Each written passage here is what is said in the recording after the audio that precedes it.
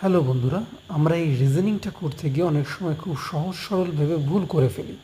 অর্থাৎ আমরা করি কি, ৫-এর সঙ্গে ২ গুণ করি আর ভাবি ১০ চলে এসে তাহলে এই পদ্ধতিটাই সঠিক। তেমনভাবে আমরা ৬-এর সঙ্গে ২ গুণ করি এবং তার ফলে আমরা পাই ১২ এবং ভাবি হয়তো যে ১২ই হবে অ্যান্সার। কিন্তু দেখুন এখানে অ্যান্সারে ১২ বলে কিছু নেই, অর্থাৎ আমাদের পদ্ধতিটা ভুল হচ্ছে। তাহলে সঠিক পদ্ধতিটা এখানে দেখি। আমরা প্রথমে ৫ নেব, ৫-এর স্কোয়ার বা বর্গ করব। স্কোয়ার করার ফলে আমরা পেয়ে যাব ২৫, আর এই ২৫-এর ২ আর ৫ এই দুটো সংখ্যাকে আবার গুণ করব। গুণ করলে আমরা পাবো ১০। দেখুন ওখানে ১০ আছে।